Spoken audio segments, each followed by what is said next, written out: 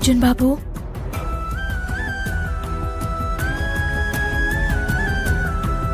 ఏంటి? ఇక్కడ దోమలు ఎక్కువగా ఉన్నాయి. లోపలికి రండి, పడుకుందరు గాని.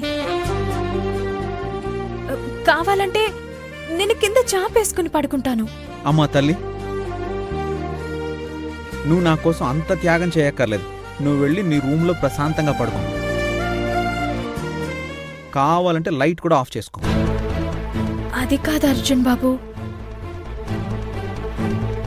నా వల్ల మీరు ఇబ్బంది పడుతున్నారు కదా. నువ్వు ఇక్కడుంటేనే నాకు ఇబ్బంది. వెళ్ళు. మీరిప్పుడు రాకపోతే ఏమవుతుందో తెలుసా? ఏమవుతుంది? ఏమవుతుంది? అమ్మమ్మ కాని పొరపాటున బయటకొచ్చిందనుకోండి, తను మిమ్మల్ని ఇక్కడ చూస్తే మనిద్దరి మధ్య ఏవో గొడవలున్నాయి అనుకుంటుంది. అసలు మన మధ్య గొడవలు తప్ప ఏమీ లేదు కదా. ఆ విషయం మీకు తెలుసు, నాకు తెలుసు. ఆవిడకి తెలియదు కదా, తెలియకూడదు కదా. చూడండి అర్జున్ బాబు, మనిద్దరం నటించడానికి వచ్చాము. మనిద్దరి ఉద్దేశం ఒక్కటే, అది అమ్మమ్మని సంతోషంగా ఉంచడం. కాబట్టి ఆవిడ కోసమైనా లోపలికి రండి. నానమ్మ అడిగితే నేను చెప్పుకుంటానులే గాని ఇంక నువ్వు వెళ్ళి పడుకో.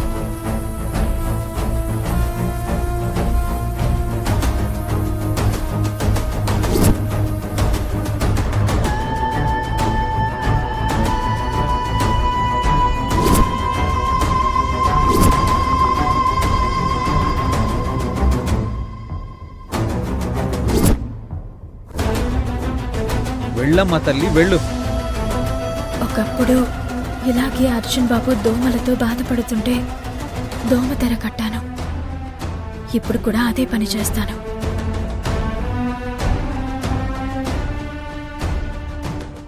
అమ్మయ్యా, వెళ్ళిపోయింది.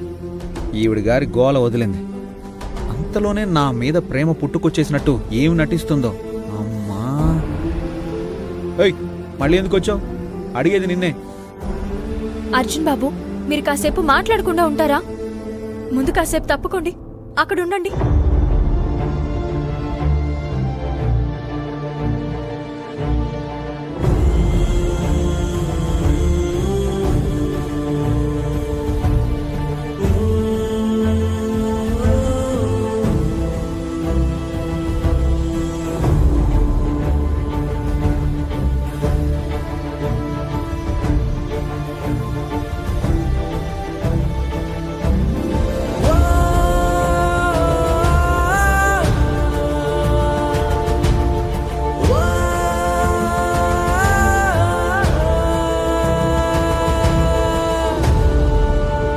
ఏంటిది, ఇంకో కొత్త నాటకమా? అవును, నాటకమే. మీకు నాకు ఇంక పని ఉంది, నాటకాలు ఆడుతూ కూర్చుందాం.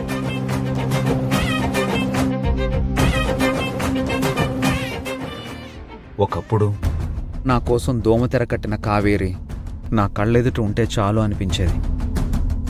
కానీ ఇప్పటి కావేరి కళ్ళకు కనిపించకుండా ఉంటే బాగుండు అనిపిస్తుంది. ఎందుకు కావేరి, ఎందుకు ఇంతలా మారిపోయావు?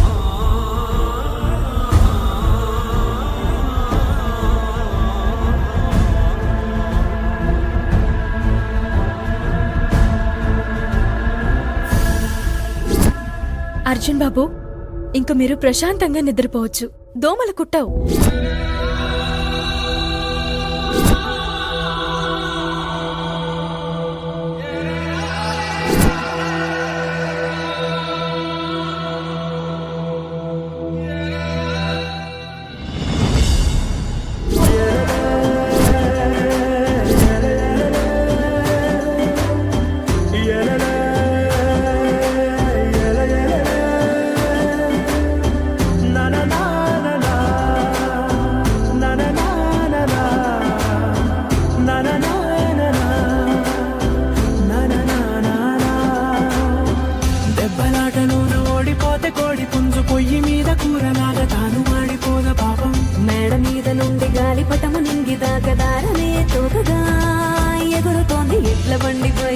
చిన్న పెద్ద గోల గోల చేయడం ఎంత బాగుందంట. రోజు మారిపోయినా గాని తగ్గేది లేదంట. అంతటా సంబరాలే విందు భోజనాలు చేసి రావడానికి, నచ్చినట్టు ఊరిలోన తిరగడానికి, అంతమంది ఒక్కసారి కలవడానికి చాలా వంట 3 రోజులు మన ఊరితో సమయాన్నిలా గడిపేయడం ఒక సరదారా. మన వారితో కలిసుండడం ఒక వరమేరా. మన ఊరితో సమయాన్నిలా గడిపేయడం ఒక సరదారా. మన వారితో కలిసుండడం ఒక వరమేరా.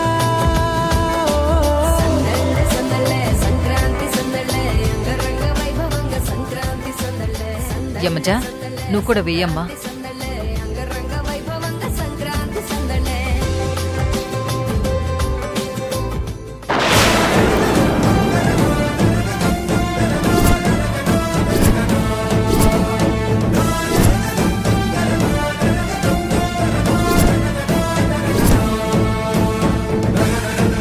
మీరు వెళ్ళండి హరిదాస్ గారు.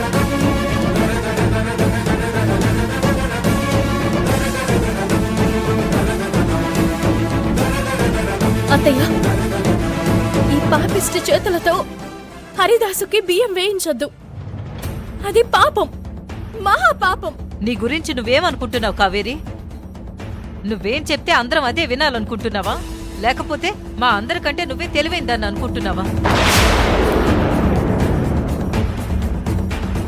మొదట యమజ చెడ్డది అన్నావు. అప్పుడు తన గురించి తెలుసు కాబట్టి సరే అన్నాను. యమజని శిక్షించాలన్నప్పుడు పెద్ద మహారాణిలా క్షమాభిక్ష పెడతా అన్నావు. ఒక్కసారి కాదు 2 సార్లు సరే అని ఊరుకున్నాను. తర్వాత యమజ మంచిదని తనని క్షమించమని నా కాళ్ళ వెళ్లపడ్డా. అంతా నీ మంచితనం అనుకున్నాను. ఇప్పుడు మళ్ళీ యమజ పాపిష్టిది అంటున్నావు. నీకేమన్నా పిచ్చెక్కిందా?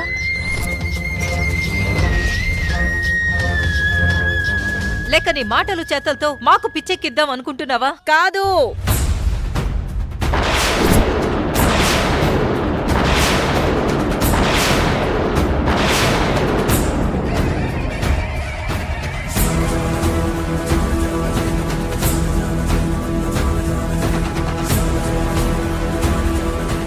పిచ్చి కావేరి కాదే భువన, నీకు.